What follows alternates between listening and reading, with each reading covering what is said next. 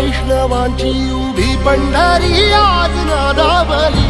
तुझे नाव ओठी तुझे रूप ध्यानी जीवाला तुझी आस गा लागली. जरी बाप साऱ्या जगाचा परी तू आम्हा